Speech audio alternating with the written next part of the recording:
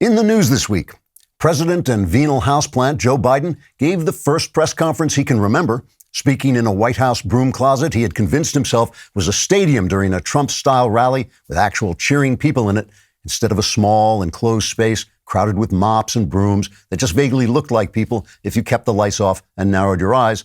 The president said he would, quote, continue my work of uniting Americans with the snarling, Bull Connor-like wannabe domestic terrorists who make up about 65% of this racist country's hate-filled population, unquote.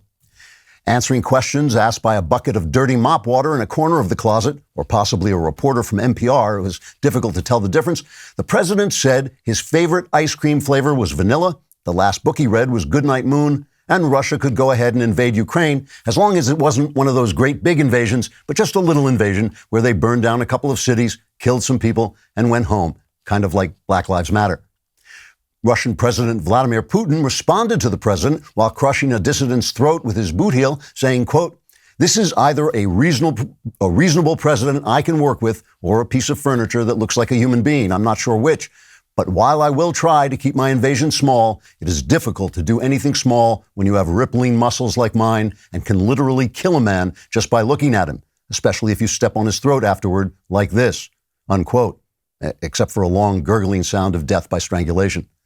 Back in America, President Venal went on to tell mops or reporters that he had had a very successful presidency. When one reporter asked why Los Angeles, Chicago, and New York now look like the aftermath of a train wreck or a nuclear strike with buildings in ruins, the earth blackened, and screaming people running through the smoke and flames, crying, oh, when will Jesus or Donald Trump return to earth to end this unbearable suffering, the president said that was just a matter of messaging. Winding up the press conference on a positive note, Biden gave one of his fake, vaguely nasty laughs, then leaned into the microphone with that terrifying, bug-eyed look of his and spoke in one of those bizarre whispers that just haunt your dreams for days afterward, saying, quote, wear a mask. It's patriotic, and it makes you look like those Muslim girls they have in some of these crazy countries everywhere. And don't you just want to rip that covering off them and stick your nose in their silky black hair and make motorboat noises? Of course you do. We all do. Or maybe just I do. But when I was a younger man, fighting with gangsters in the prison cell where I'd been put for marching with Martin Luther King, or maybe that's a fantasy I had, or possibly I'm just making crap up. But in any case, how about those white women? Are they bigots or what? But they just smell so good. Wait a minute. Is this a broom closet? Unquote. In a later statement clarifying every remark Biden has made since 1957, White House spokeswoman Jen Psaki said Democrats were confident the country would be totally united as soon as the FBI finished hunting down anyone who disagreed with them. Trigger warning, I'm Andrew Klavan, and this is The Andrew Klavan Show. I feel hunky-dunky, life is tickety-boo. Birds are winging, also singing hunky-dunky-doo. Ship-shape, tipsy-topsy, the world is zippity-zing. It's a wonderful day, hurrah, hooray! It makes me want to sing. Oh, hurrah, hooray! Oh, hooray, hurrah!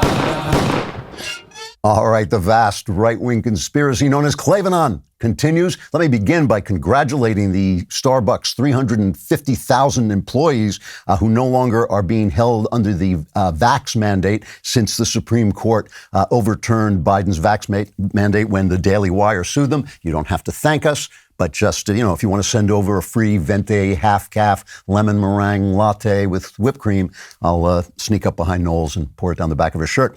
We're going to talk about the hilarious first year of Joe Biden. We will talk with the Daily Wire's own Megan Basham about some hair-raising, or in my case, head-raising stuff about the poisoning of our culture. And I've got a lot to say about Joel Coen's MacBeth, starring Denzel Washington. This would be a wonderful moment to go and subscribe to this podcast on Apple Podcasts. Leave us a 5-star review. It is incredibly helpful to the program. And also, you want to subscribe to my personal Andrew Klavan YouTube channel. We have exclusive content there. And if you push that little bell, we will deliver it to your house personally with a sleigh and 8 tiny reindeer. And when we leave, your silverware will also be gone. Also, if you want to leave a comment on YouTube, and it's disgusting in some moral way that really makes it just unacceptable in civilized society, we'll read it on the show because it'll fit right in. This is from Jeremiah Was a Bullfrog.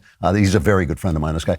He says, I wish Daily Wire / Klavan would stop turning against Trump. Don't assume that Trump voters will automatically jump to DeSantis. I'm going to be talking about this on the show. I'm not turning against Trump. I just basically feel that politically he may not be the best idea, and I'll talk about that.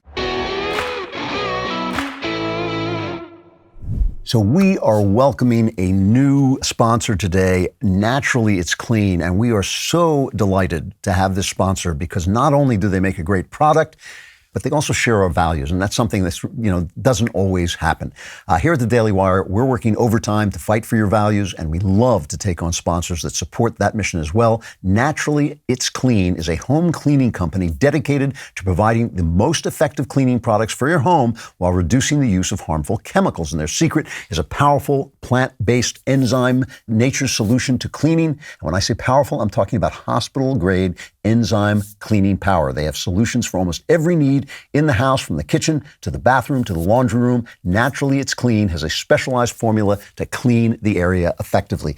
I encourage you guys to start with 4 of their top products conveniently packaged together in their Daily Wire Essentials Kit. And for a limited time, my listeners can receive 15% off their order. Just enter promo code Andrew at checkout when you visit naturallyitsclean.com/Andrew. Try these incredible products in your home today. Shipping is free, and everything is made right here in the USA. Again, try our Naturally It's Clean Daily Wire 4-pack today by going to naturallyitsclean.com/Andrew. Use promo code Andrew to receive 15% off your purchase. Don't delay. Make the smarter, safer choice for your home cleaning needs today with Naturally It's Clean. I had a pilot's license for a while, and I took flight lessons for many years. And the reason it took me so long before I could take the pilot's test was because I was always moving around. So I was never within reach of an airport, and then I would move someplace where there was an airport, and I'd have to start from the beginning. And part of that time, I was living in England. And I will tell you something about England, at least this was true in the 90s when I lived there. The hardest test I have ever taken in my entire life, including any test in college, any kind of test, was the driving test in England. I mean, they were so hard on you if you made any kind of mistake, even like little mistakes, like you made a noise when you pulled up the parking brake. If it grinded, they would take points off and you would fail. Similarly, when you trained for flying to get a pilot's license in England, it was so much tougher than American training that they would not accept in those days. I don't know if this is true now, but they would not accept an American pilot's license in England because they thought our training was crap. And one of the things that they did in British training that was actually illegal in America was you had to put the plane into a spin and then pull it out of the spin. And you know what a spin is if you've ever seen the war movies, the World War I movies, where the guy gets shot down, he goes, goes spinning into the earth. That's what you had to do to the plane, and then you had to pull it out. Now, the way you pull out of a spin, and I'm going to shorten this so pilots don't write to me and say I left something out. But, you have to cut the speed. But then the most important thing is you have to, before you do anything else, you have to straighten the wings, right? You have to straighten the wings, and then you can pull up the nose of the plane. And this takes a certain amount of being calm, cool, and collected because the plane is going down toward the earth. And that's what you're seeing through your windshield. You are seeing the earth coming up at you in a circle, right? And so you have to first straighten out the wings and then lift up the nose, and then you can give it some throttling and get out of the stall. Now, the problem with this is if you are in what pilots call IMC, which stands for Instrument Meteorological Conditions. So that means it's cloudy or it's foggy. You can't see anything, right? So you're flying by your instruments. It is very easy to feel that the wings are straight when they're not. If you don't check your instruments, then you won't know that your wings are out of. That's what happened to that Kennedy kid when he crashed because he didn't have an instrument rating. If you are not reading your instruments right, you might think that your wings are fine, and then you pull up on the nose, and what happens then is you go into what's called a graveyard spin, and they call it that for exactly why that you think they call it that, because you are going to do what pilots call auger in. And auger it's not auger with a U, it's auger with an E. It's a kind of big drill that kind of screws into the ground. You are going to go screwing right into the ground. Kaboom. If that is not a perfect double entendre metaphor for the Biden administration after a 1 year. I don't know what it is. They are spinning down into the earth, but they don't know that their wings are out of alignment. They think everything is fine. They're just going to pull up the nose and it's just going to fly. And so instead they go on and Biden gives this press conference, which is all spin. This is what he said about his administration in this moment. This is cut 5. Did you overpromise to the American public what you could achieve in your first year in office? And how do you plan to course correct going forward? Why are you such an optimist? Look, I didn't overpromise, but I have probably outperformed what anybody thought would happen. The fact of the matter is that we're in a situation where we have made enormous progress. He doesn't know his wings. He doesn't, he's in instrument conditions and he can't read the instruments. He doesn't know his wings are out of alignment. He's just going to pull up on that nose and down he's going to go. And remember that reporter, some of the reporters were actually feisty. They were actually going after him. They're still friendly toward him, but they're going after him. The guy didn't even mention the border. He didn't mention the disastrous Afghanistan surrender. There are Democrat, talkers on the air, commentators on the air saying, "Oh, we ended the war in Afghanistan." And yes, they did, but they did it badly. You can make an argument for staying in Afghanistan. You can make an argument for leaving Afghanistan, but whatever you do, you don't do it badly. And it was a disaster. This is a disaster. And this is the other thing that Biden said. This is a guy who truly does not know his wings are out of alignment. Cut 6. Around this time last year when you were campaigning in Georgia, I think one of the things you told people was the power is literally in your hands. If voters give Democrats the House and the Senate and the presidency, that all these big things can get accomplished. And, we've seen stalemate. We've seen things being stymied. Why should folks believe you this time around? Can you think of any other president's done as much in 1 year? Name one for me. I'm asking you. I'm serious. It's going down. I mean, Gallup, this Gallup poll, you probably heard about this, but they said that in the first quarter of 2021, Democrats had a 9-point advantage over Republicans. I'm talking about registration. People have registered as Democrats, and it's very tough to get people to change their registration. Typically it stays very steady because, it's your father's party and your father's party, and people don't change it that much. By the final quarter of this year, they started with a 9-point advantage. Now Republicans have a 5-point advantage. People are getting off the Titanic, and Biden's favorability ratings are now down to, I think, 50 people who were in the movies during his press conference. So with all this being true, with this administration being a complete disaster, I think it's time for Republicans to start thinking about how we can lose the next presidential election, because that's what Republicans do, right? Republicans lose stuff. Remember, Clinton was down like this, and when the elections came, he won.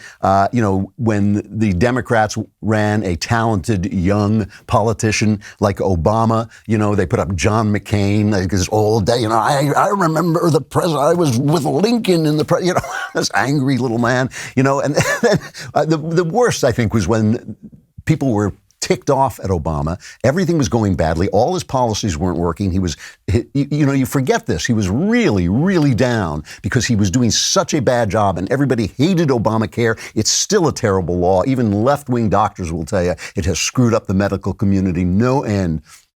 They run Mitt Romney. People were furious about Obamacare, and they run Mitt Romney, the one Republican who had actually endorsed an Obamacare-like program when he was governor of Massachusetts. They just did. And when Hillary Clinton, who everybody hates, is just one of the worst politicians ever, who did they run against? If you had just given it to the GOP, they would have run a guy who actually needed an exclamation point at the end of his name so you knew he was alive, because they didn't want people giving him CPR. It's like, I don't think he's breathing. No, there's an exclamation point next to his name. There's a Jeb, right? A Jeb, exclamation point. You cannot believe the dullards and the kind of rhinos that the Republicans keep putting up.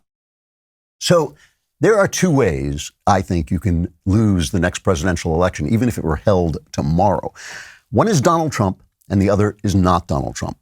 Now, I know I put that comment up there from YouTube because I know that people get ticked off at me when I say things about Donald Trump. And all through his presidency, I voted for him twice. I celebrated the kinds of things he was doing, but I also did talk about the things that were flaws in him that I said. I thought it was tragic that the very things that got him elected are the things that are going to make it hard for him to get reelected. That turned out to be true. Nobody believes me. They think the election was stolen. But, you can just agree with me. It saves time. Eventually you're going to find out. So the thing is, you shouldn't put your faith in princes. This is from the Bible, right? Do not put your faith in princes. What we are here to defend is the country. We are here to defend the freedoms of this country, the idea of this country, which is the greatest political idea anyone has ever had. And that's what we're defending. And in time, in any moment, in any context, you choose the person who is best to do that from the choices that you have, right? I mean, this was the argument I got in here at the Daily Wire with a lot of people who didn't want to vote for Trump the first time. I said, look, these are our choices. You have Hillary Clinton and you have Donald Trump. It's an easy choice, even though you might not like Donald Trump. If Donald Trump hadn't have won, we would not have won that suit at the Supreme Court because there were three people who voted against it, who dissented in the mandate case, and there would have been three other justices who had been appointed by Hillary Clinton. We would not have won. It was important. It was important in that moment. But you don't put your faith in print. This is the thing I tell my Democrat friends, because I still know a lot of Democrats, agents and things that I work with who are very far left, and I tell them the mistake you're making is not about our politicians. You can hate our politicians. Politicians suck. The mistake you're making is about your politicians, because your politicians also suck. I mean, I just want to play you a cut of what Nancy Pelosi said, talking about the Democrats in the House. It's cut 29. I say to my members on a regular basis when we gather in caucus, and as you know, sometimes it's hybrid these days, but anytime we have gathered in caucus, one way or actually virtually or hybrid, I've said to them, under this roof, figuratively or actually, is the greatest collection of intellect, integrity, and imagination for doing the right thing for the American people.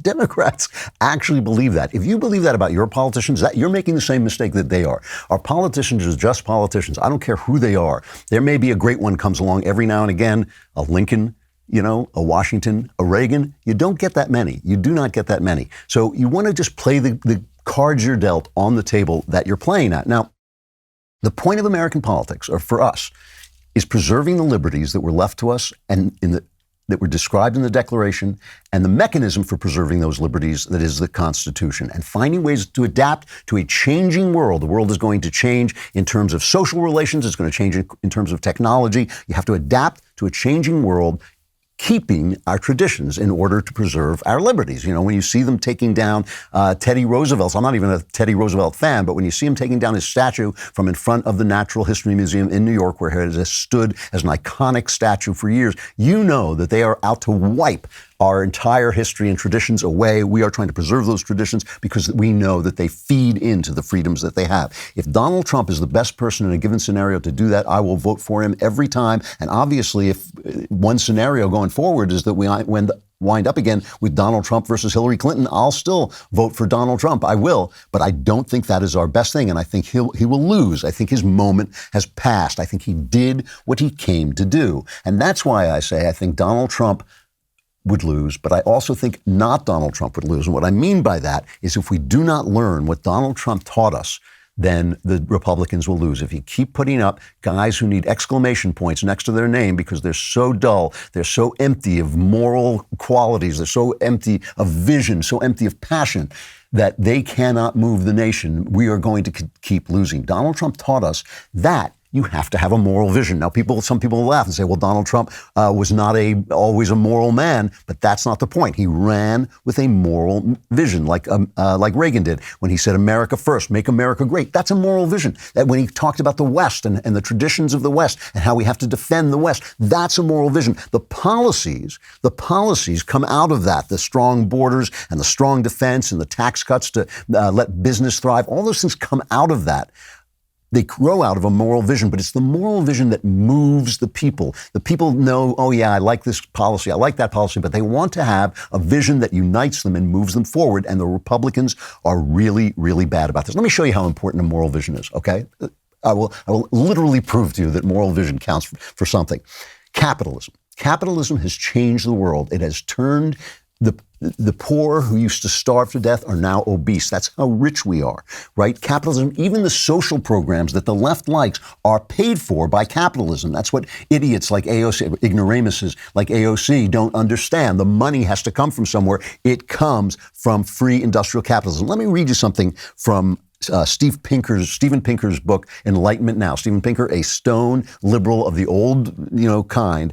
And he says, industrial capitalism launched the great escape from universal poverty in the 19th century and is rescuing the rest of humankind in a great convergence in the 21st century. I won't get into the great convergence, but he's talking about the fact is hunger is being eliminated worldwide. Poverty is being eliminated worldwide. Everybody's, both the poorest guy in the deepest corner of darkest Africa is being lifted up by capitalism at that moment. He says, over the same time span, this is Pinker again, communism brought the world terror, famines, purges, gulags, genocides, Chernobyl, mega death, revolutionary wars, and North Korea-style poverty before collapsing everywhere else of its own internal contradictions.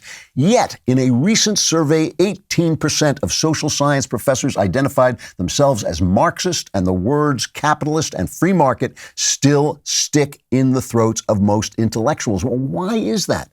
You can see it with your eyes. You can see the difference between now and before capitalism, and yet people are still Marxist. They still follow, young people are following Bernie Sanders, a guy who I literally think is mentally ill. When you are 80 years old and you've been following the same tyrants and murderers and mass murders and failures all your life, something's wrong with you. You have to be able to learn.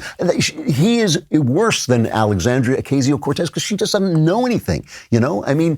She just doesn't know the truth. She's been taught what she thinks. But this guy has had time, 80 years, to see this.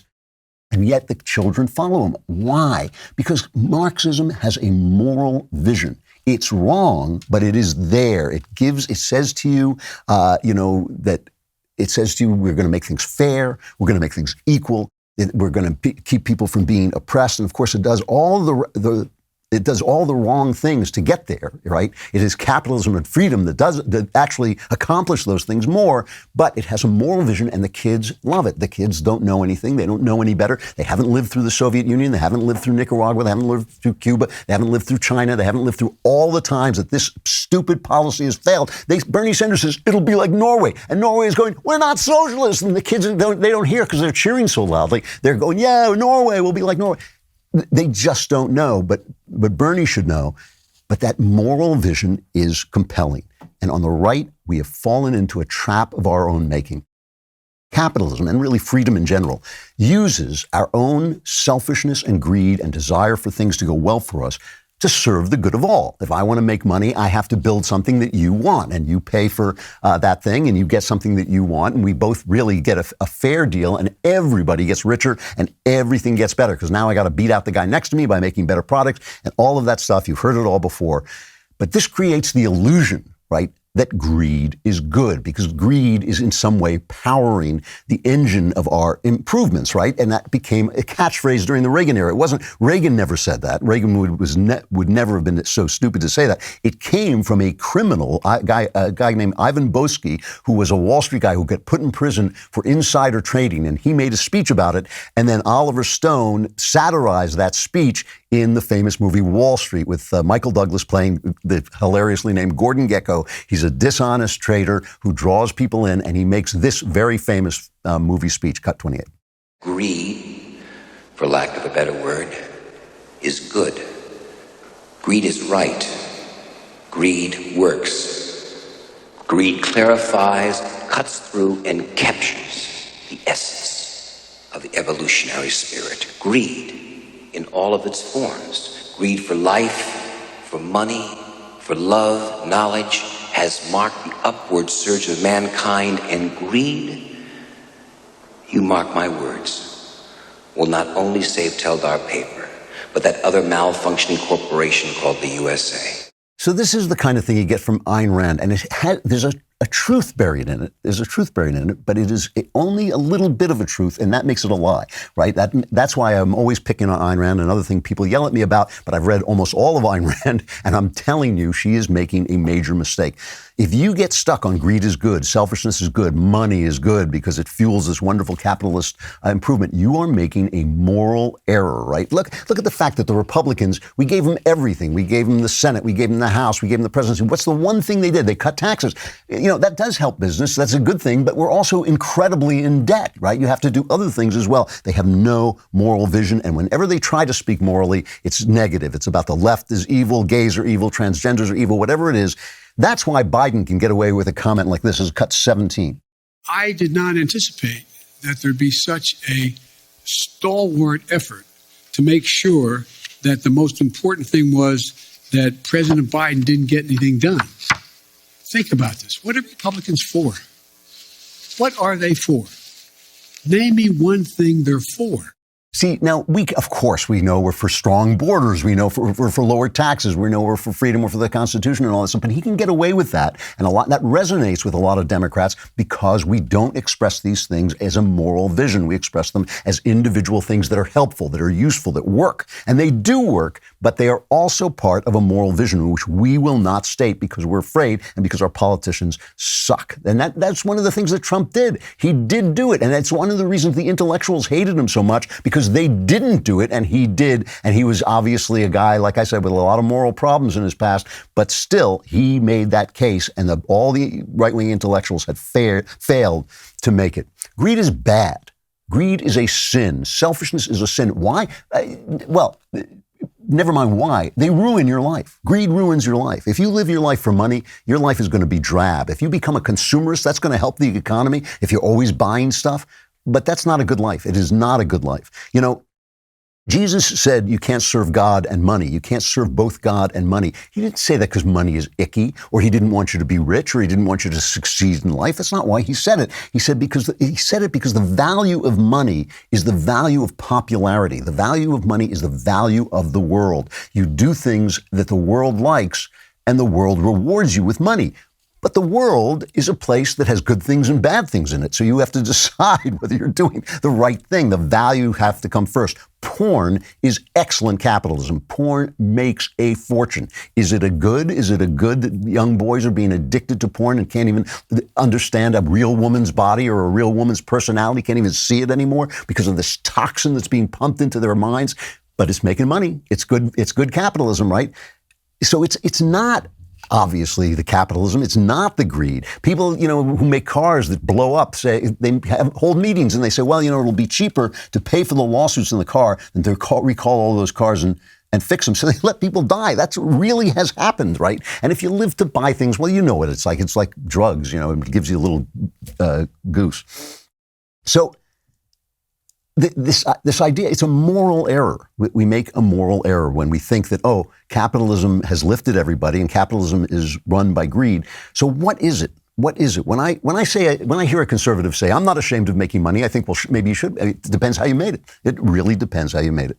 A moral vision, how do you build a moral vision? A moral vision is based first and foremost on a proper idea of the self, a proper relationship with yourself, right? Love your neighbor as yourself. You don't know what that means unless you love yourself. That's what I talk about, the great speculation. The great speculation is that other people have a self that is as important to them as yours is to you, and that both their self and yourself is as important to God, as equally important to God. That is what it means that we're all created equal. Not that we're all equal in talents or skills, but that we all have a humanity that is important to God and should be important to one another. The left's vision of the self is distorted. One of the things COVID has taught us is how distorted their vision of the self is, because they say if you want to come out of your house and you don't want to wear a mask and you don't want to get vaccinated, you're selfish, as if you owe it to people to not live. Don't drive your car. That's selfish. No, you want to be able to thrive. What Jesus said, see, that's the Christless Christianity of the left. Jesus said, lose your life in order to find your life. But he said, lose your life for me, in me. That is how you find your life. Each of us knows that there is a God-given John or Jane that they're supposed to be, that they aren't. And when you surrender yourself to God, when you give that up to God, when you look to God's desires instead of yours, you begin to find that person. So what do we deduce from this? The great speculation that other people are as important to themselves as you. We deduce that one should be free so that they can make the choices that will bring that self into fruition, will move that self closer and closer to God. We know that some of them won't do it. And Edmund Burke talked about this. He said, I'd rather have people do the wrong thing, but not be made robots by being forced to do the right thing. And that is what freedom is all about. So when we are talking about the things we love, we should be talking about them from a moral point of view. In our multi-ethnic world, right? We can't let the state choose among religions. We can't say that, other religions are worse than the true religion, Christianity, right? We're not allowed to say that. But as Antonin Scalia said, we can choose, the state can choose between religion and atheism. That's an important distinction. We can say, and a religion is worshiping God. It's not worshiping stones. It's not burning incense. It's not worshiping Satan. In the Illinois State House, they allowed them to put up a Satan statue over Christmas just to be fair. Well, that's fair in Illinois because Satan is already running Chicago. But no, that is not the same thing. We can support the belief in God. We can support the love between the two sexes without being unkind to gay people or transgender people. And we can say that human thriving and freedom and the kind of personality that can thrive and can be free is formed by a mother-father family and have government support and cheer on the procreation, the creation of the human race in mother and father families. And we can oppose racism. Racism wrong. I heard Glenn Youngkin, and Glenn Youngkin is doing great. I hate to criticize him, but he said, we've got to get rid of CRT. It's divisive. It's not divisive. It's racism. It's wrong. Let us talk in moral terms. The capitalist system and the free system is good, not because greed is good, not because selfishness is good, but you need to be free in order to make the choices that you want. If we don't have to condemn people to express morality, to express a moral vision, but if we don't express a moral vision, you are going to need an awful lot of exclamation points next to the names on the ballot, and they are not going anywhere, and we are going to lose. Now, you may have occasionally heard that there are no E's in Klavan, but there is an E in Good Ranchers. All right, I'm sorry. But we want to support a wonderful, wonderful all-American company. And for a limited time, Good Ranchers are offering you their best deal on your next purchase of terrific meat. They sent me some. It is great. You get $30 off any box with my code Klavan, no E's. You probably don't know, and I didn't know this either, but over 85% of the grass-fed beef in stores and online is imported from overseas. It also is often labeled product of the USA on its package, even when it's not. That means you could be buying low-quality foreign beef and not even know it. That's why you should get your T-bones, ribeyes, fillets, and mouth-watering burgers from Good Ranchers. All of their beef is 100% born, raised, harvested in the USA. You can get steakhouse quality at an affordable price. So take your meals to another level with Good Ranchers box today. Visit goodranchers.com/Klavan or use code Klavan at checkout to get $30 off any one of their variety of boxes. Go to goodranchers.com/Klavan today to save $30 on your new favorite steak, a Good Ranchers steak. And I already told you how to spell Klavan. It's K-L-A. And there are no E's in Klavan.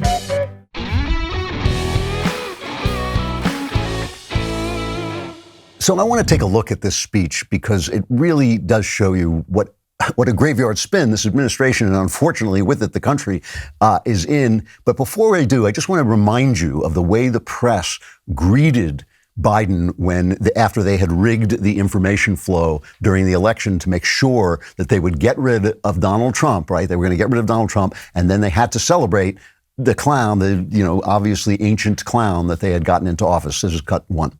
To watch Joe Biden today, it was such a stark reminder of how, as a country, we do seek out whatever we think we were missing, whatever it is we thought we were missing in the previous president.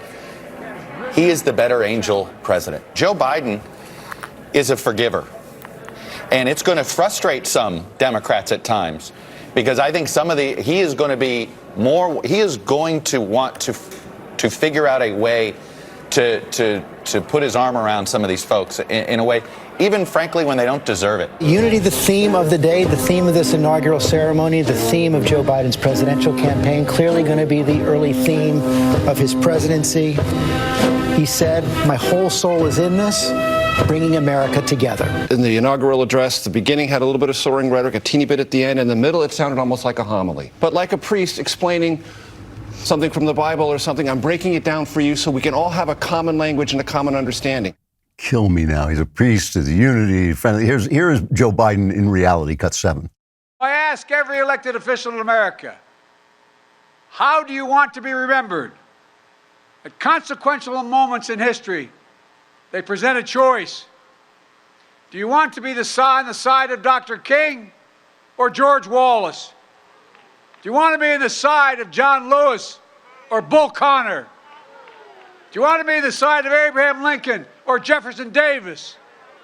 This is the moment to decide. What a unify. And as I told you last week, this has always been who Biden is. He's always been this nasty little man, and he's always been a bigot, and he really is a bad guy. This is the other thing, was Trump's lies. Remember the Washington Post said, thousands of lies. Here is, what is her name? Cecilia Vega. I guess this is ABC, during the inauguration. He also used this moment to attempt to reclaim truth. We just saw an outgoing president who, by counts, issued more than 33 some odd thousand assaults on the truth, mistruths, and this was about taking truth and reclaiming facts, George. Trump spoke in hyperboles, but he himself said, I speak in hyperboles to express the truth. And that was very, very often true. Here's a montage Sean Hannity made of just this one press conference, the lies in it. This is cut 3.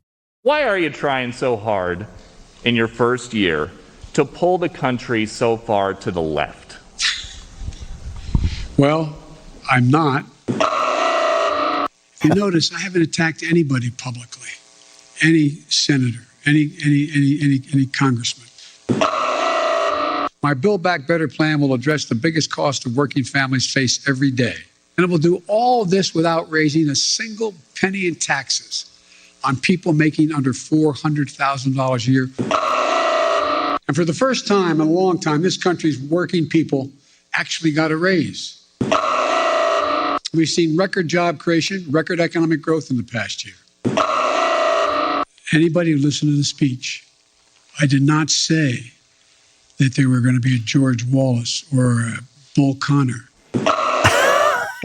One of the clues, by the way, that your moral vision is wrong is when you have to distort reality to defend it.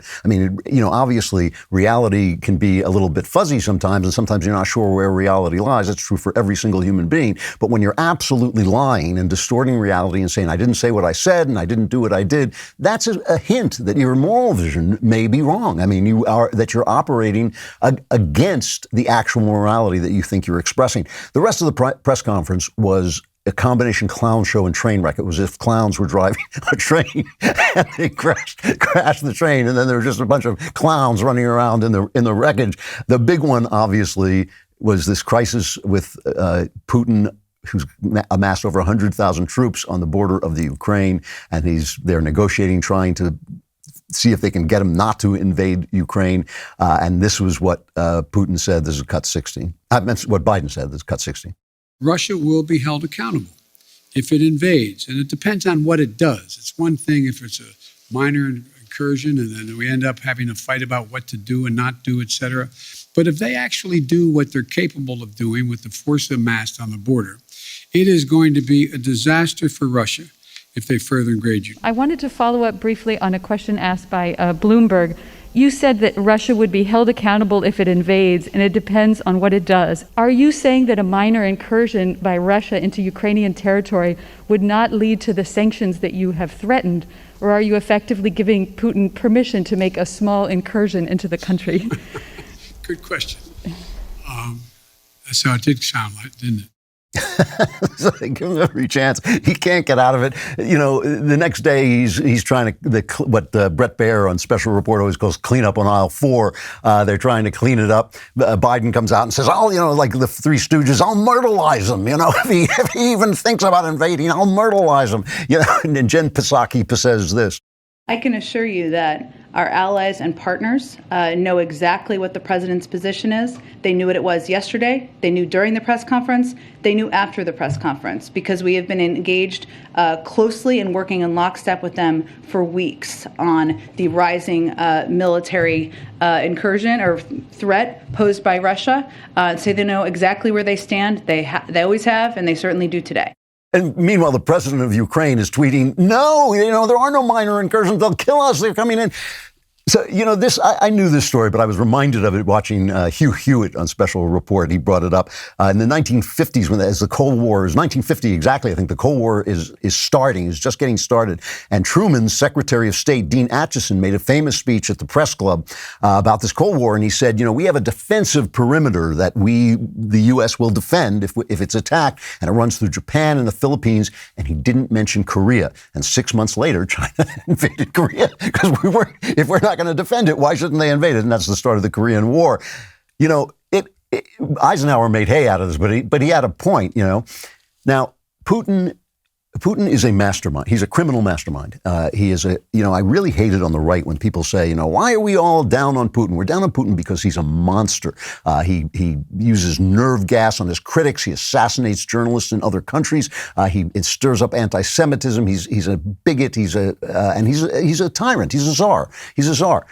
But he is also a mastermind. He is a brilliant, brilliant player on the field, right? And nobody knows what his motives are at any given moment, and he makes sure that that's true. So some people think he's going after the Ukraine because it bolsters his popularity at home, because Russia feels very humiliated by the fall of the Soviet Union. And not only did the Soviet Union fall, but they fell. I mean, their GDP is like Spain's at this point. I mean, it's nothing. And so they fell as a world power, and they feel humiliated. And when just like the Germans did after World War I. That's what gave Hitler so much power. And so Putin is kind of going by that playbook. Hitler knew that the West did not want to go back to war after the trauma of World War I. And so he knew he could push them and push them and push them, and they didn't have the guts to stand up. Putin knows the same thing. Putin is no Hitler. I don't believe he's as bad as Hitler, but he is playing that exact same game. There's also the fact that he has said that the Ukrainians are Russians, that we are the same people. And the Ukraine wants to go west, young man. The Ukraine wants to become free. They believe in democracy. They want to be part of NATO. And he's trying to say, you can't take them into NATO. These are his negotiating points. He's got 1 million points. So obviously the negotiations don't mean anything to him. If we wanted to stop them, we would do the exact opposite of what this goofball president of ours is doing. We would basically ramp up our energy production so that Europe does not become dependent on Russia, which is what's going to happen if they open up this new pipeline. And we would say no to the pipeline. We say no to our pipelines, but not to his pipeline. It makes no sense. And now we're in a situation where we are really in trouble, because if he marches in there, I don't think we're going to go to war with him. And I think, it's one of those things you never know. You never know with going to war whether you're defending Belgium or stopping Hitler. You don't know whether it's Belgium or Poland, because they defended Belgium and all of Europe died, and they didn't defend Czechoslovakia, and basically all of Europe died again. So we never know when we should go on. But this is an important error, and it's not funny. It is not funny. This guy, Putin, knows exactly what he's doing, and Biden has no clue what he's doing. And that's a very, very dangerous thing. And people, they say that people were taken by surprise. Here's the other thing. They hit Donald Trump on Russia all the time, because Trump kept saying, Putin and I get along. That's a good thing. They hit him on this all the time. Oh, he's in league with Putin. This is worse. This is much worse than anything Trump did. And Trump did all the things that he needed to do to hurt Putin. He ramped up energy production. He went into Europe and he said, you got to keep your alliances with us and not with them. He did all the right things, even though, Trump had a big mouth and he didn't always say what he was supposed to say. Then his other big goof was on the elections. He was asked whether the elections, because he made this big fuss about this lie that Republicans were trying to keep minorities from voting, which is just a lie. And then he was asked whether that means the elections won't be legitimate. Here's cut 12. Speaking of voting rights legislation, if this isn't passed, do you still believe the upcoming election will be fairly conducted and its results will be legitimate? Well, it all depends on whether or not we're able to make the case to the American people that some of this is being set up to try to alter the outcome of the election. They gave him a chance. They gave him a chance to take this back, by the way, because the press was still friendly to him, even though they're getting a little bit feisty. But they're almost like journalists now. That's a little too much. Here's cut 12. They gave him another 13. I'm sorry. They gave him another chance.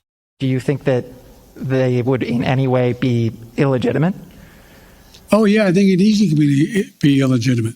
Imagine if, in fact, Trump has succeeded in convincing Pence to not count the votes. Imagine if... In regards to 2022, sir, the midterm 2022. elections. I mean, imagine if those attempts to say that the count was not legit. You have to recount it, or we're not going to count, we're going to discard the following votes. I mean, sure, I'm not saying it's going to be legit. It's the increase in the prospect of being illegitimate is a direct proportion to us not being able to get these reforms passed. So once again, Jen Psaki comes up to clean up on aisle 4, and just to summarize what she said, she basically couldn't get out of it. There's no way out of it because they're still pushing this idea that evil Republicans are destroying the electoral system.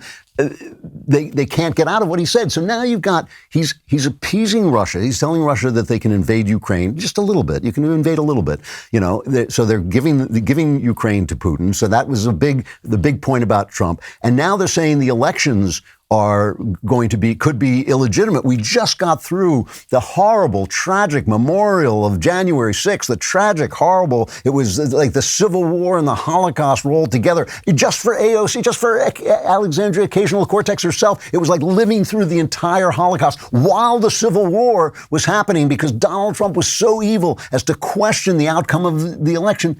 He's doing the same thing. He's doing the same thing. I mean, every single thing. And how divisive and how the rhetoric, the comportment. I mean, this is something I hit Trump for, the comportment, the way he spoke and all this stuff. But Donald Trump never said all the American people who disagree with me are Jim Crow 2.0. He never said that.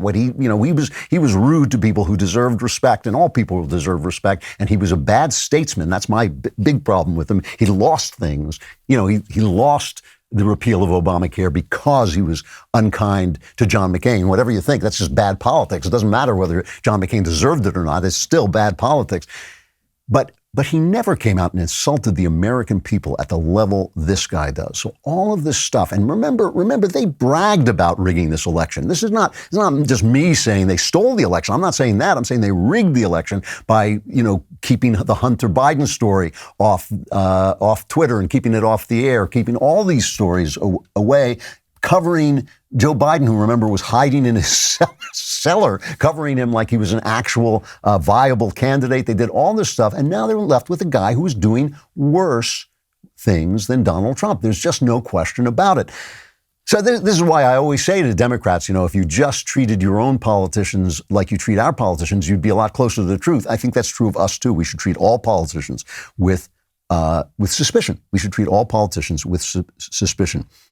The left gets into power because of their moral vision, and then they lose because their programs don't work. This is the thing. This is why he can't fix the wings. This is why he's in the graveyard spin, because they cannot accept that their programs do not work. And that's why they get voted out, because the programs ruin everything. But we don't get voted in, and we get voted out because we don't express a moral vision, and we have one. It's a little bit more complicated. It's a little bit more difficult to understand, but we have to begin to learn how to speak in moral terms if we want to take this country back. And boy, oh boy, we better take this country back.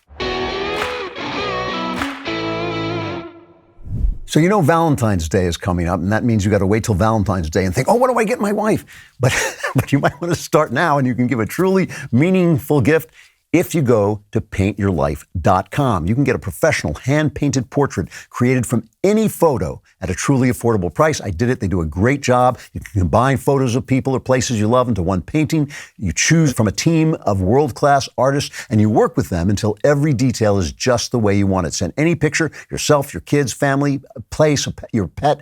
You can receive your portrait in as little as 2 weeks. It makes a perfect birthday, anniversary, or Valentine's Day gift. I did it. It was a lot of fun, and you actually do get a terrific picture at the end at paintyourlife.com. There's no risk. If you don't love the final painting, your money's refunded, guaranteed. And right now is a limited time offer. You can get 20% off your painting, 20% off, and free shipping.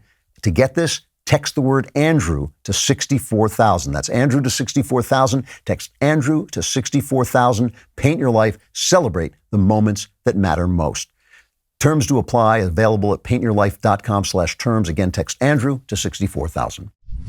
So today I want to talk about one of my favorite plays by some guy named William Shakespeare, Macbeth. This is the new movie directed and written by Joel Cohen, or rewritten by Joel Cohen, starring Denzel Washington as Macbeth and Frances McDormand, Cohen's wife, as Lady Macbeth. Before I get into it, I'm going to do this from time to time because you told me to. You, the audience, told me to. I want to plug the book that's coming out in April and ask you, if you're interested, if you would please go on and pre-order it, which will help me get more orders. The book is called The Truth and Beauty, a fantastic title, no matter what Ben Shapiro says. And it's available for pre-order, and it's about the Romantic poets and how reading the Romantic poets can inform the way you read the Gospels, can actually change the way you understand the words of Jesus Christ. And the reason I mention it here is because many of the ideas that come into these cultural segments come from the things that are in this book. And so if you like these cultural segments, you're going to really like The Truth and Beauty. I just this moment, I got a letter from the editor at Zondervan, actually he's the publisher of Zondervan, telling me that the Barnes & Noble representative read it and wrote him a fan letter, which almost never happens. He said this book is unique and it delivers large on Klavan's brilliant thought processes, and that's pretty good from Barnes & Noble. So please go on and pre-order The Truth and Beauty if you would. And like I said, a lot of the things I'm going to be talking about originate in this book.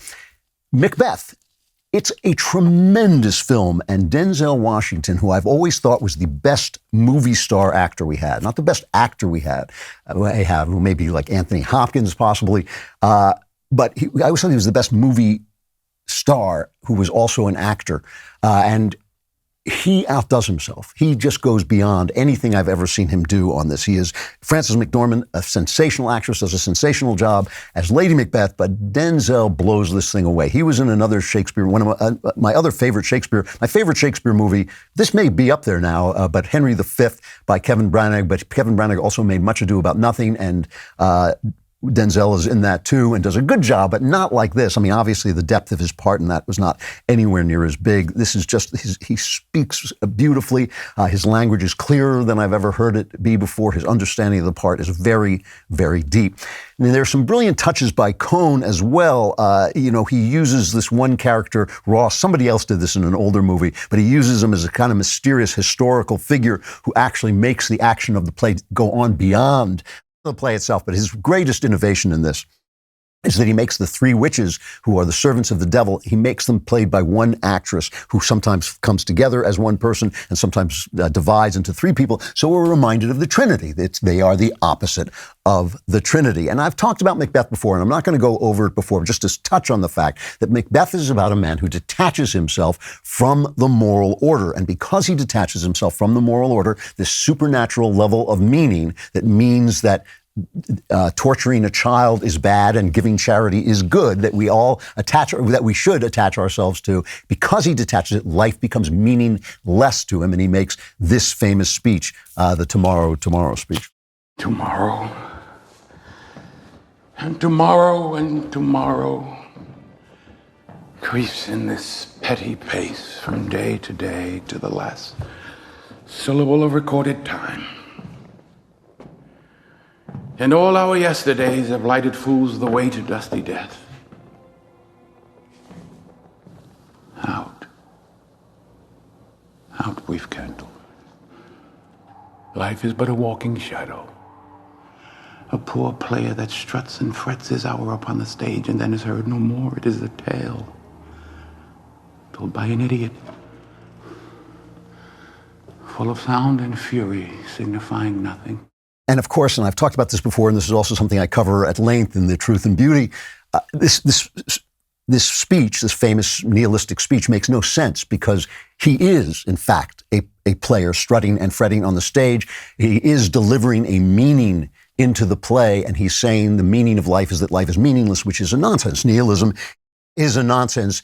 It is a thing he has done to himself by making choices. The play starts with the witches saying fair is foul and foul is fair, that the morality of the world has become reversed, possibly through sin. They don't say that, but that's possibly what he means. And Macbeth enters the play. His first line is he's coming from a battle which he has won. And he says, so foul and fair a day I have not seen. So there's a choice. There's a choice that can be made between foul and fair. And he is going to make that choice, make a moral choice. And in Macbeth, and again, this is in The Truth and Beauty at length, I talk about this at length, the source of that moral choice comes from women's bodies. Now, that seems like a strange thing to say. I'll tell you a quick funny story. I sent out the Truth and Beauty for blurbs, for endorsements. They go on the cover, this is a wonderful book, and got some wonderful endorsements from some intellectuals I respect very highly, including Ben Shapiro. But excellent endorsements. But one famous Catholic guy would not endorse it, wrote me a very sweet, lovely letter, not mean at all, but he said he couldn't endorse it because it was heretical about the Blessed Virgin Mary. Because in the book, I point out that in Scripture, it's very hard to make the case that Mary was a perennial virgin, right? And what I revere about Mary is that I don't think she was a perennial virgin. I think she performed this miracle of giving birth in her virginity and then became a wife and had other children. And that means that she was a woman. And that's to me so much more beautiful. I was in the National Gallery in DC the other day, and I was looking at the pictures of the Madonna one after another, each one with a different face, because each one was a different model. And you could see that they were real people because they had real human faces. They were brilliantly painted models. And the effect of watching one after another was to understand that each woman in herself has the Madonna in her and is in some way the Madonna. And Mary was, in fact, the Madonna. And that is a beautiful, beautiful thing to see. And as you go through the gallery and you see the Renaissance move on, suddenly they begin painting classical subjects, and there's a great deal of nudity, and women's sexual beauty comes across in this in those paintings. But the thing about that is, if that's all you see of a woman, then a woman's body is simply about men. It is simply about men's reactions to her. Whereas a woman who has given birth and who is feeding a child out of her body has gone beyond her relationship with men to her relationship with creation, which actually brings that Madonna aspect of women into play. Healthy men love women's bodies both as attracting them, but also as this incredible machine of creation that is in part a godly thing. And mothers, as I've talked about this before, but it's worth going back, they do more than create bodies. They create minds and souls through their interaction. The mirror neurons in the baby's mind are not separate, and they're not. A baby is not an individual until it has interacted with its mother, hopefully in love. And this is one of the things that William Wordsworth, the poet, talked about, that love helps create a human being who can interact with creation, in alliance with what Wordsworth calls the one great mind, with God. And so woman not just creates this connection to the moral order in nature, and she is also, which is a collaboration with God. We don't say, like I have a man's body, but now I'm a woman because I feel like a woman. No, we say I have a man's body. That creates certain moral ideas in me and certain moral responsibilities in me. And then you start to play out that string. So you're in collaboration with reality all the time. That's how you get to morality. That's how you get to a moral vision, not on your own, not the way you feel, not whether you care or not whether you're happy to do it. You do it by reasoning and feeling your way in a relationship with God and with God's creation. We're men and women. We can't change that, but we have latitude in what kinds of men and women we become. So just as the three witches are the mirror image, the evil image of the Trinity, Macbeth's marriage is the mirror image of creation. In creation, God takes woman out of man to create flesh of his flesh and bone of his bone in order to give him companionship, in order to give him an other self that he can relate to, which creates the moral world. That in that relationship, that one relationship, the only human relationship there is, that is where the moral world on earth is created. Morality is about the way we treat each other. Lady Macbeth fears that her husband is not man enough to kill his way to the throne, to murder his way to the throne. And she says, he's too full of the milk of human kindness. And now this is cut 25. And before Macbeth comes home, where she's going to convince him to do the murder, she says, unsex me here. So listen to this speech, Frances McDormand. Come, you spirits, attend on mortal thoughts. Unsex me here. And fill me from the crown to the toe top full of direst cruelty. Make thick my blood. Stop up the access and passage to remorse, that no compunctious visitings of nature shake my fell purpose, nor keep peace between the effect and it. Come to my woman's breasts, and take my milk for gall, you murdering ministers. Wherever in your sightless substances you wait on nature's mischief. So there's very, very physical thing, right? Because even though life in some sense is allegorical, and that is that our lives are physical, but there is this supernatural meaning that we are actually playing out in life. There's no separating the meaning from the life. There's no separating the flesh from the spirit. It is all one thing. This is good Christian theology. It is all flesh and it's not, you're not a little can with a ghost inside. You are actually an expression of spirit. Your body is like the word that expresses the idea. You cannot express the idea without the word. So the way you live matters. And this is what Christianity is. It is a way of living. It is a way of making that connection with the supernatural world. And so she is trying to take that out of her nature.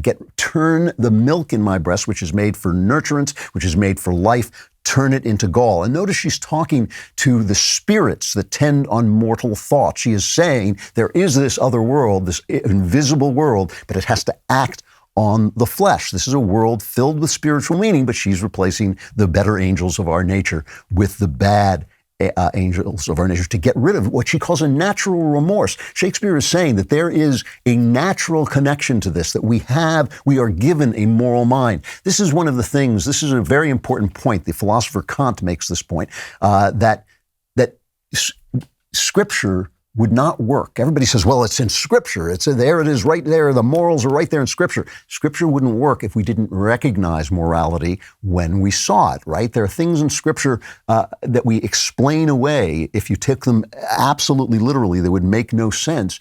But we understand that there's an interchange between us and God, that even when God communicates with us, we are a part of that communication.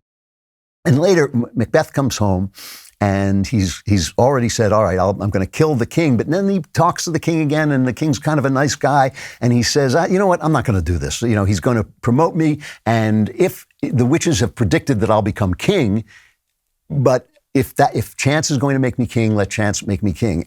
And Lady Macbeth immediately, and this is what's the opposite of creation, she immediately starts to bring him into her realm instead of separating from him as she does as the woman does in the Garden of Eden, and becoming his companion and the mirror of himself and the beginning of moral relations. Here's that interchange between Macbeth and Lady Macbeth.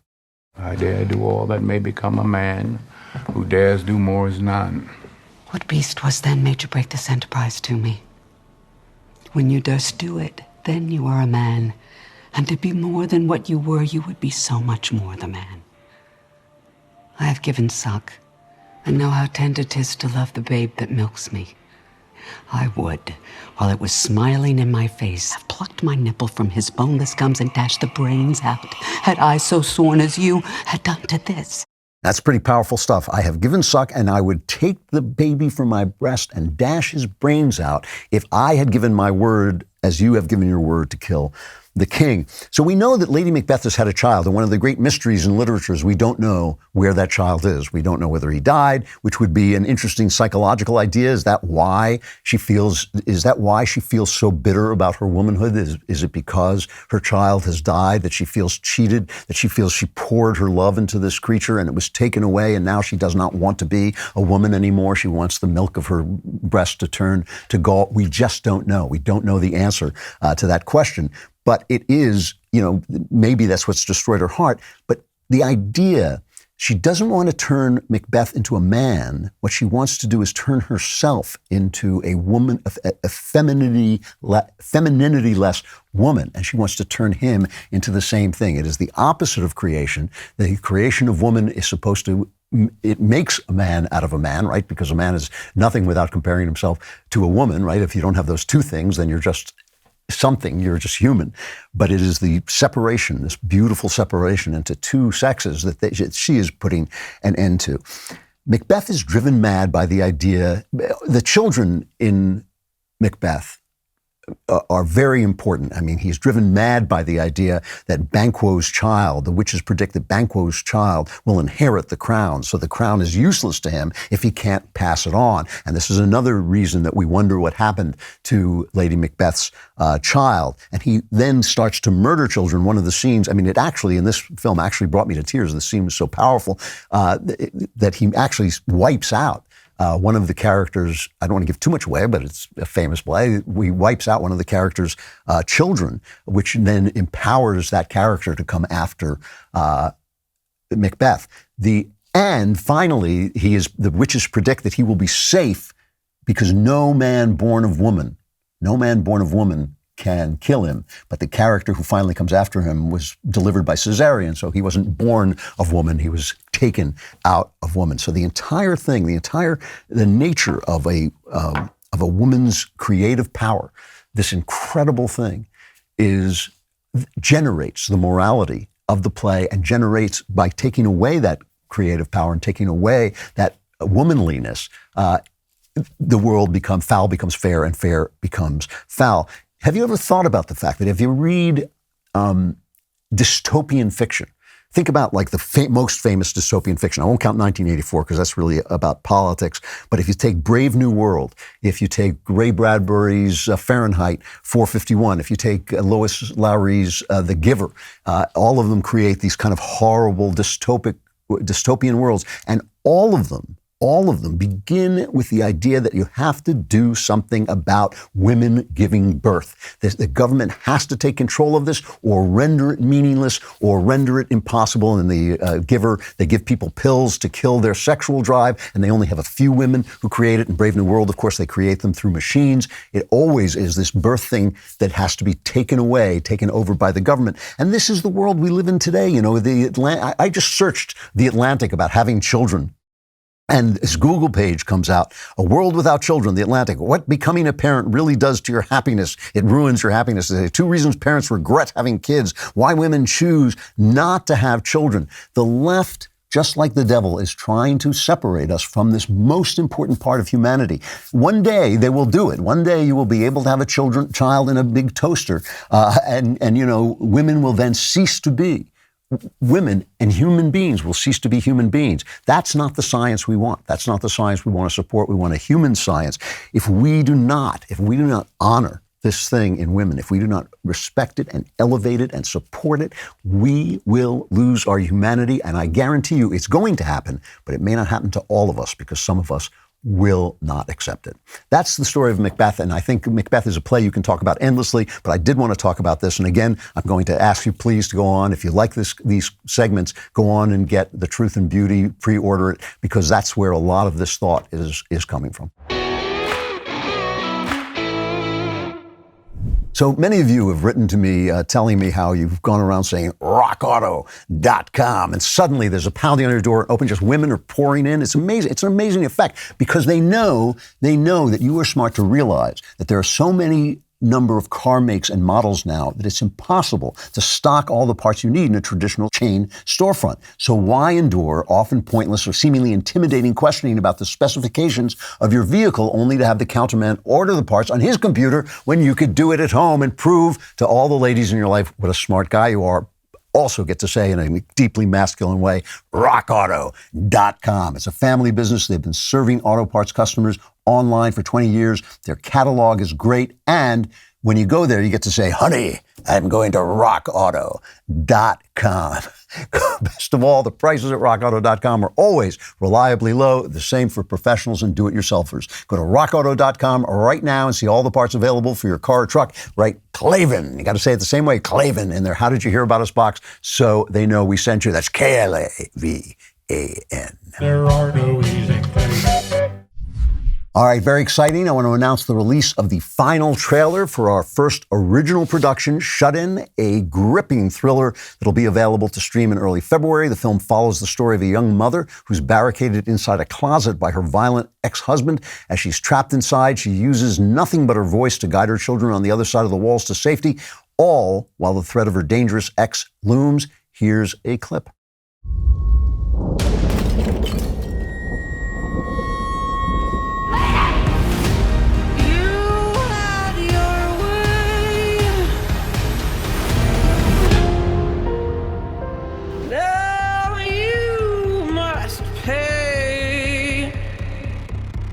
Your daughter, she's very pretty.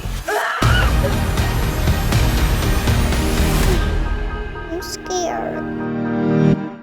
All right, if you're interested, go to shutinfilm.com to watch the full trailer and get ready for the film's release on February 10th. The film is exclusive to the Daily Wire, so if you're planning on adding this terrifying thriller to your queue and want us to keep making content to combat the over-politicized mainstream entertainment streaming on major platforms, head to dailywire.com/subscribe to become a member today.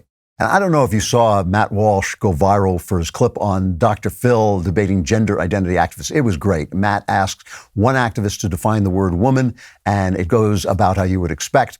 That's a question I would like to throw out to other members of the panel, actually, because just like the 4-year-old can't answer what is a girl.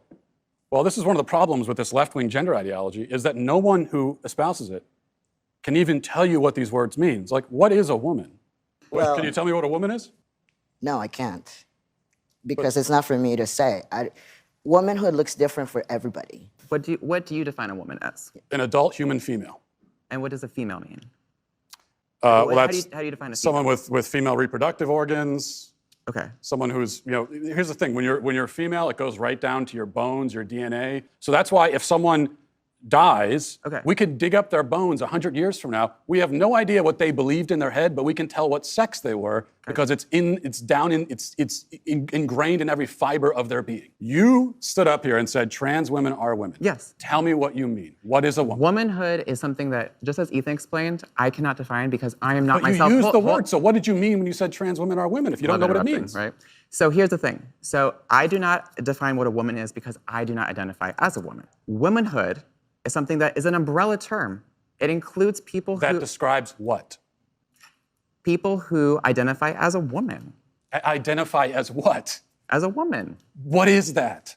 The response has been enormous. Matt trended on Twitter for almost 24 hours after this clip went viral. Matt has spoken out against transgender ideology, especially when it comes to children. He recently became a best-selling children's author with his new book, Johnny the Walrus, about a boy who believes he's a walrus, and the internet tells his mother to respect his trans walrus identity. Johnny the Walrus sold out in 48 hours when it was released, but don't worry, more copies are on the way. Reserve yours now at Amazon.com.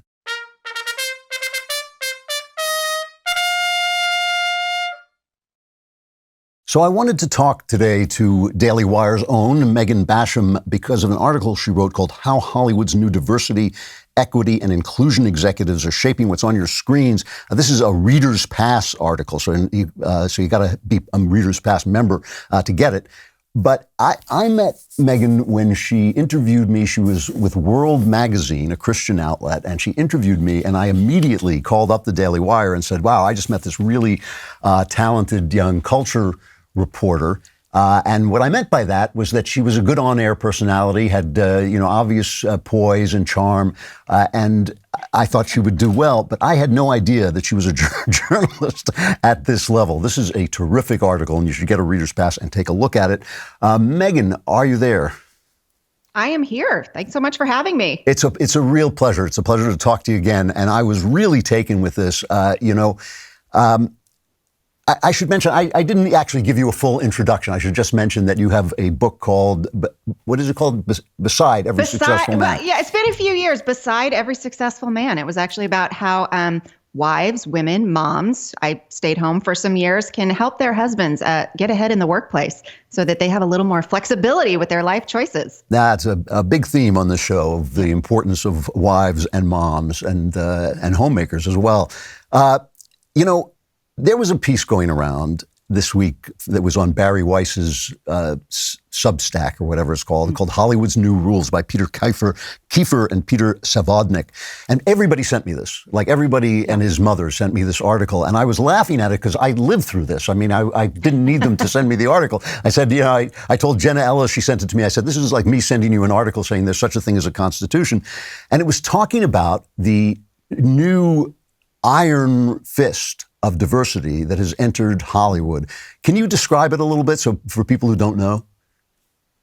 Well, yeah, and I think when people hear that, I quoted David French in the article because he sort of represented what people think of when they hear about diversity, equity, and inclusion in the workplace. They're like, oh, it's just a seminar you go to. It's just some of this, in some cases, really upsetting training, but it's just some training you have to listen to. When you actually dig down into it, you go, no, it's not just some training.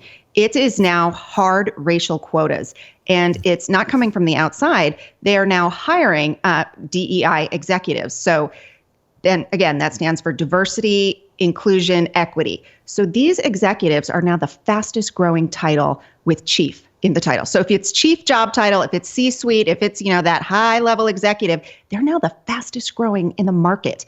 And in the middle management, they are the second fastest growing behind vaccination specialists. So you go, this is just worming its way into every element of corporate America, but we're also especially seeing it in Hollywood, because in Hollywood, you see the immediate impact. You go, I can tell what's happening based on what I'm seeing on my screen. So, I spoke to some people who work for various studios at Disney. I spoke to an entertainment lawyer, just trying to get a sense of, okay, so how far gone is this? And the answer is, it's really far gone. One of the best agents I ever had retired recently because the only he was a hugely successful agent, and the only client he had who was still working was me, because I was being hired by like the Daily Wire and other right-wing outlets to do screenwriting. But all his other clients, who were mostly white and male, were suddenly out of work despite their incredible talent. So this is not. this is a real thing that they're telling you. I have one more anecdote. I have another friend who has been forced to put a black woman on his project, even though she's not going to do anything. She's going to get credit on the film, but she's not going to do anything. It's just for cover. It is just, what do they call it, cosmetic. So one of the points, though, of your piece is that this is not a Hollywood thing. Hollywood is just, as you said, just the tip of the spear. But this is everywhere. So why is it spreading so fast? Why is corporate America so enamored of this idea? Well, one, I think they're being sold a bit of a bill of goods by some of these activist groups that are, look, it's a bit of a shakedown. They're going, either you do this or we come after you and say that you are not allies of BLM. You are not allies of diversity. You do not want to see Black success. So that's one thing. They don't want that at their doorstep, and they'll do just about anything to avoid that type of charge. But I also think, there's also some real murky dollars and cents angles to this. If you look at how these investor groups, there's been some really interesting reporting on BlackRock and how they are pushing for, if you don't meet a certain metric of showing that you care about DEI, then they will steer investors away from you. And look, companies don't want to lose investors. They don't want shareholders pulling out. So, it gets really deep in the weeds and really complicated. To answer just one of your questions, there's that. But I don't think it's just that. I think you have a lot of true believers also in the lower levels, and they are bullying the executive class. And that's a little hard to understand, but you've got a lot of older guys who are like, I don't want it to be me. I don't want to be the guy who's at the podium next, having to lose my job and make a speech about this. Wow. I kind of wonder, too, when you talk about the economic aspect of this. There was that guy, the woke billionaire, Shamath Pala. I don't even know how to pronounce his name, but he was on a podcast. They're very excellent. But he was on a podcast and he said, I don't really care about the Uyghurs. Nobody really cares about the Uyghurs.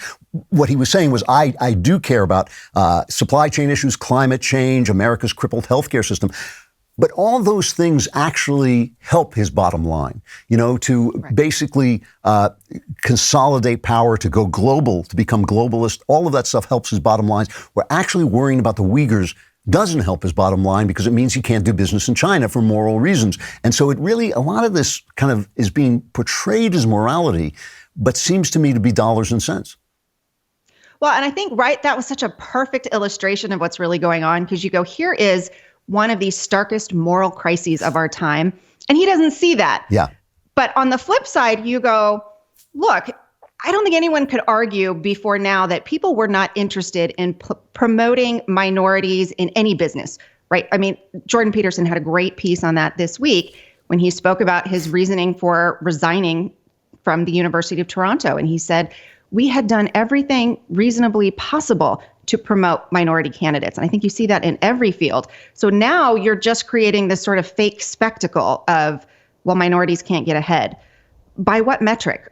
There's no actual hard evidence that a minority candidate who is qualified cannot compete in any industry. So we're creating just sort of fake narratives. On the flip side, you have something very real, and they're going, we don't want to talk about that because, just like his company, Disney also goes, man, we stand to lose a lot of money if we say anything negative about China. The NBA stands to lose a lot of money if they say anything negative about China. So when it actually is a real moral question, they don't care. It really is interesting when you mentioned that Jordan Peterson piece, which is just a heartbreaking piece because he gives up a tenured professorship at a job he loves. He has quit the University of Toronto, where he was a tenured professor, which is one of the most valuable kind of positions you can be in because it's, it's unassailable. And he gave it up because he simply could not promise a talented white protege that he had, that he would get a job, anytime he would hire people. And the other thing that he says, in being very honest, is there's a shortage. There's a shortage of qualified, what do they call them? BIPOCs, right? They're right. And Black, Indigenous, people of color. Yes. There you go. Thank you very much. I would never. It always sounds like a robot from a Star Wars film. It's the BIPOC, But he said there's a shortage of qualified BIPOCs who can do the job. So they're actually hiring people who are not qualified. The other thing about this, now you're one of the very few conservative journalists who actually does have an understanding of the culture and the understanding of certainly the arts. There was a line from a prominent director in this Barry Weiss piece where he says the fear is that the audience stops trusting us. They begin to see us as a community twisting ourselves into a pretzel to make every movie as woke as possible, every relationship mixed racially, every character sexually fluid, and they decide that we are telling stories set in a fantasy land instead of a world they know and live in. And if that happens and they decide to throw themselves instead into video games 24/7, we'll lose them.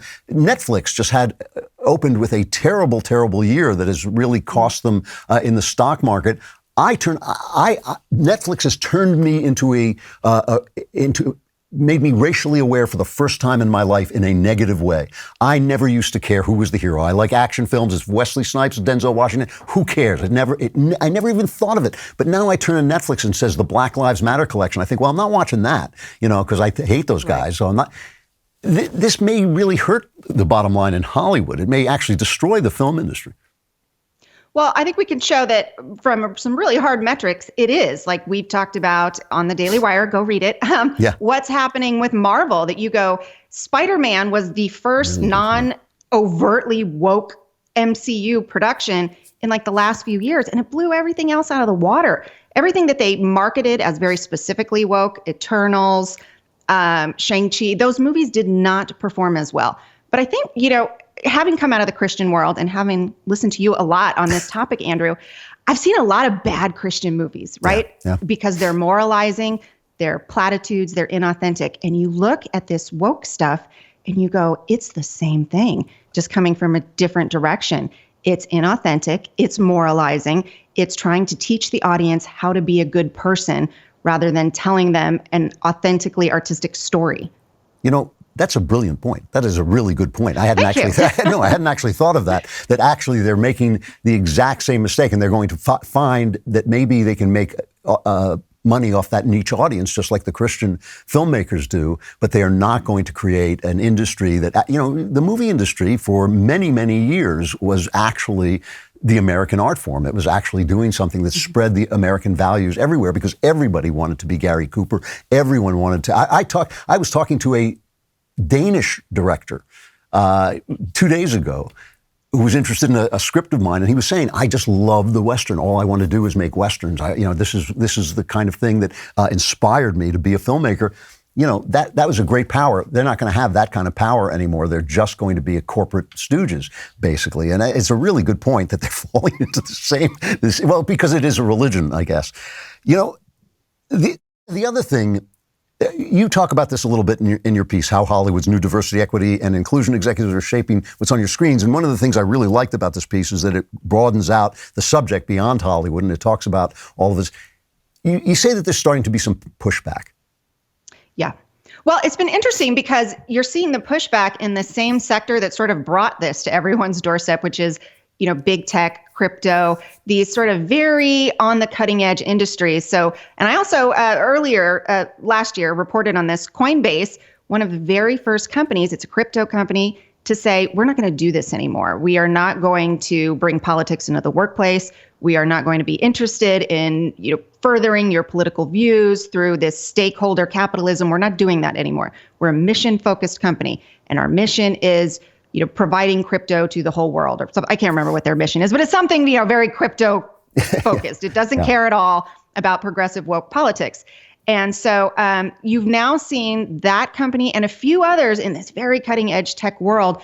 They've already been through it. They've already, you know, come through the other side and gone, here are the major problems that this causes. It causes division in the workforce. People were spending all their time on Slack arguing about politics and not getting their jobs done. It causes distrust among team members. You go, I don't want to work with someone who I am afraid is always looking to be offended by, you know, slightly off phrasing that I might use or something I might say that is totally innocuous, but they've decided that there was racial intent. Who can get their jobs done like that? You know, I started off the show today talking about having a moral vision and being able to explain a moral vision and not just getting caught up in making money. But one of the things about capitalism is that doing your job, doing the job that you set out to do, if it is a good job, is actually the moral thing to do. Antonin Scalia said, people would ask him what it means to be a Christian judge, and he would say it means being a really good judge. That's what it means. You know, if you're a Christian, cook, it means making really good meals. That's what it means. And doing your job first and not trying to change the world is actually the best way to change the world. One of the things in this Jordan Peterson article that really stopped me cold, and I did not know this, is Jordan finds a speech by Vladimir Putin at Memory, where they translate speeches so they don't slip by. Here's what Vladimir Putin was telling people. He says, the advocates of so-called social progress believe they are introducing humanity to some kind of a new and better consciousness.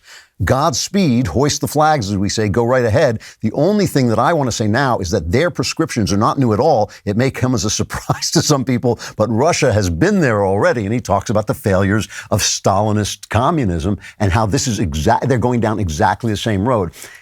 Do you think that there's a way in which our fascination with this, our kind of religious, cult-like following of this is actually hurting America in a broader way? Is that too big a question, or is that a fair question given that speech? No, I think it's absolutely hurting America in some really clear ways. I go, look at the hostility and distrust you're seeing amongst groups now. I go, I don't remember that. I mean, you know, I'm a child of the 90s, and I just don't remember having these discussions where people, it is not good to be a culture where one group is constantly on the lookout for offense, to be offended, to be told that you should always be suspicious that something that happens to you that may be common to humanity is because of your race. And the other side is completely terrified to have authentic conversations, to ask real questions, how can you have a friendship with someone when you're living under this kind of fear. Yep. You can't. There's no real relationship there. It's terrible. No, it's true. It's also true that when it's a power thing, you know, and who wants to be friends with a guy who's always pulling a power play on you? I mean, I know like guys like this in the writing business, novelists who are black, and they just, every word out of their mouth is to remind you that their life is hard because if they get in an elevator, women clutch their purses. And my feeling is, you know, all God's children got problems, you know. I'm not telling you mine. Don't tell me yours. Megan, I got to tell you something. I'm really glad you came on. I forgot why I called the Daily Wire after I talked to you, but I hope you will come on regularly and talk about these issues. I think they're really important. And I think you're doing great work. The article is great. It's called, again, How Hollywood's New Diversity, Equity, and Inclusion Executives Are Shaping What's on Your Screens. Good reason to get a reader's pass at Daily Wire. Megan, thank you. I'll talk to you again. Thanks so much, Andrew. So this is the moment you've all been fearing, you know, you're guarding your troubles. You don't want your problems to go away. You love them. You've gotten used to them. They're like your children. You just want to hold your troubles to you. Unfortunately, you can't because you have to say goodbye to them because it is time now for the mailbag.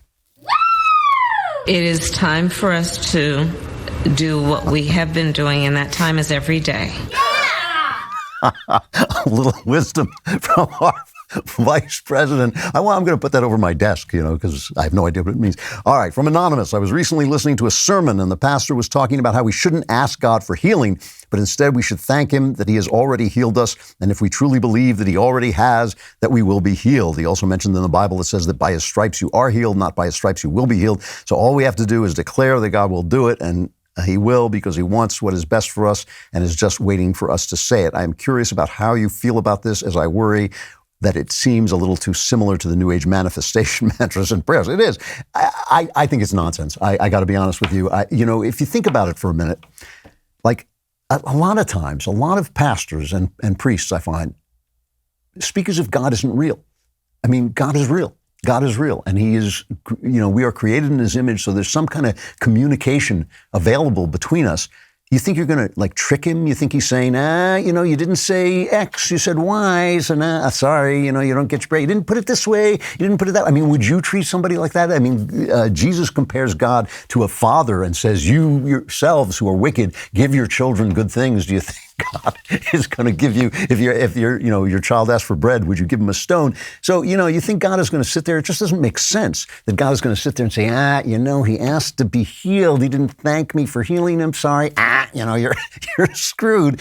It's ridiculous. You know, when I first started to pray, I stumbled into praying, as I tell in my memoir, and I thought, like, well, I better not lie about my motives, because obviously you're trying to look to God like you're a good person, but really you just want him to give you the car, the brand new, you know, you get a car, you know, you just want to get the good things out of life. And so I would start to explain that I understood that my motives were selfish, and all this.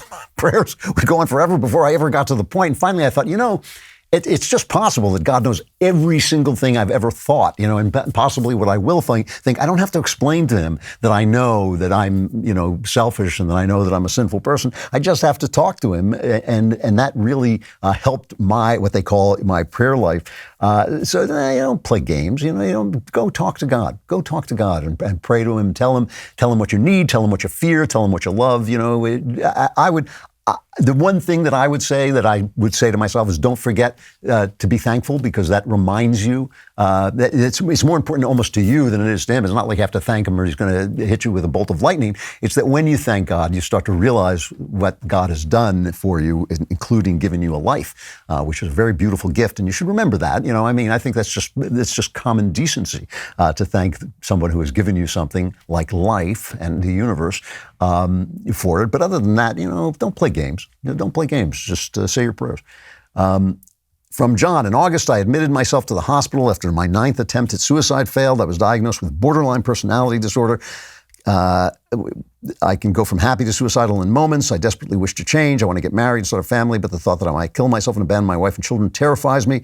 The shame I feel over my sins is unbearable. I know in my head that Jesus paid in full the punishment his people deserve and offer forgiveness to all who turn to him and believe, but I can't bring myself to believe in my heart that he'd save a wretch like me. I fear that if I don't fundamentally change soon, I'll be stuck doubting, and I'll very likely end up.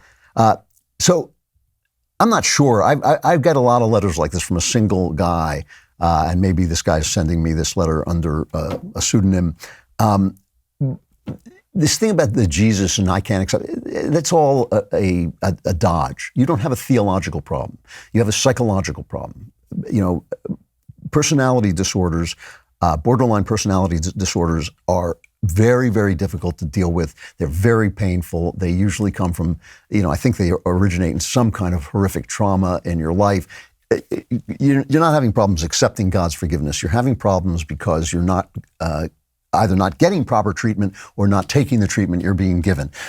Some drugs may help on this. I mean, I wouldn't say that, except for borderline personality is so incredibly intractable that you want to clear it. There is a new kind of therapy that I was just reading about. It's called dialectical behavior therapy, and it was invented by a lady at the University of Washington. And I kind of like this because it includes counseling and group training sessions and skills, like meditative skills that help you to deal with the problems that you've got. But don't obsess over the religious aspects of that. You can't see the religious aspects clearly because the psychological aspects are in the way.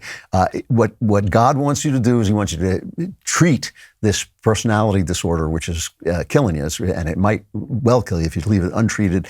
Stop worrying about your sins. That's not what this is about. This is about a mental disorder you have. Go to a good doctor, go to a good therapist, and deal with this. And don't get off if they tell you you need drugs in this particular case. Don't get off them. Do what you have to do. From Hawes, dear ageless and sleepless keeper of the Klavanless weekend, I've listened to your show for about 4 years. It's given me great comic relief during the fall of the Republic. I'm a young Christian in the Reformed Church and have been very discouraged by the Protestant Church's strange desire to please the progressive left in areas of racial essentialism and equity, not equality, after serving on a diaconate, for almost 2 years, trying to resist the guilt-driven push of racial essentialism in Christian practice. I felt convicted to resign and find a more sane place of worship. Do you see the church battling this neo-racism in a meaningful way in the future? I would love your take on this. Well, here's the thing. It's God's church. Eventually, whether the church that stands now is going to do what has to be done, because this is destroying the church. It is the end of the church. I mean, this nonsense has nothing to do with Christianity, has nothing to do with Christian worship. But leaders, because it's God's church, when a church abandons Christianity, a church will arise that reclaims Christianity, because God's church is not going to go away. It's going to be here till the end of time. It's going to require leadership. Maybe you're one of the leaders. I mean, you've had the integrity to leave. I think that's the right thing to do. And it may mean abandoning some, beloved traditions, because one of the things about, I personally think we have to return to a church that focuses on the Mass, which is a ritual, that is a spiritual, psychological practice of seeing God's body in matter, seeing the holiness of the material world, making that essential connection. It's a rite and it's a ritual. When a ritual can become idolatrous, you can think that the Mass is more than it is, but I think it's an important way of seeing that teaches you how to see. And, it's like marriage has become less binding and less holy and less God-directed. Weddings have become spectacular, and so people can make a fetish out of the Mass because they're no longer trying to see the thing that's there because they don't believe in God. But this is the point of Christianity, is to give you a Jesus mind. And that's what charity is about. That's what loving your neighbor is about. That's what the Mass is about. That's what the rituals should be about. It is about teaching you how to have a Jesus mind, because that will give you an abundant life and joy. It will give you those things. I guarantee it, because I have had the experience. I'm not saying I have a Jesus mind. I'm saying I have more of a Jesus mind than I did before I became a Christian. And every step I take toward that mind gives me more joy and more life in abundance. And so that's what you want to do. You want to get to that place, and that's what the church should be doing. And you do that through ritual and meditation and praxis like charity and service and through prayer. And that's what the church should be about. It's not here to make the world a better place. There is nowhere in Scripture that Jesus says, make the world a better place. What he tells you is the world is going to suck. The world is going to give you problems. The world is going to hate you. The world may even kill you for my sake. But I have overcome the world. A church that is preaching Black Lives Matter or gay pride or anything else is not overcoming the world.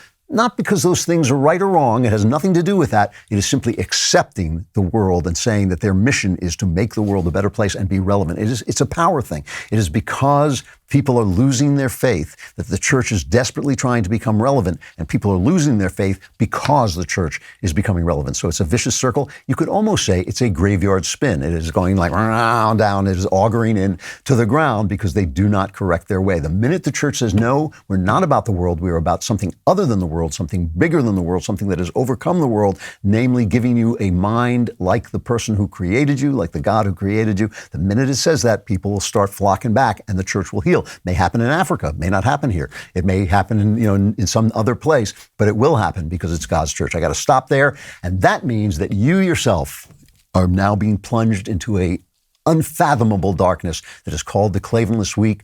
There'll be wailing, gnashing of teeth, fires, glass. It's like crawling over glass just to get to the next week. Are you going to make it? Probably not. But if you do, we will be here again with The Andrew Klavan Show. I'm Andrew Klavan.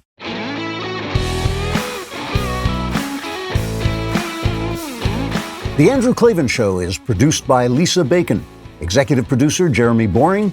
Our supervising producer is Mathis Glover. Our technical director is Austin Stevens.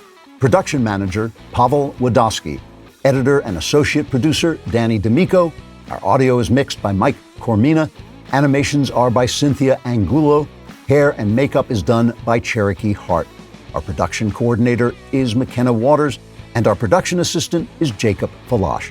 The Andrew Klavan Show is a Daily Wire production. Copyright Daily Wire 2022. Today on The Ben Shapiro Show, the left believes that your children are theirs to control, and parents are fighting back. Plus, Joe Biden's approval ratings continue to tank. That's today on The Ben Shapiro Show. Give it a listen.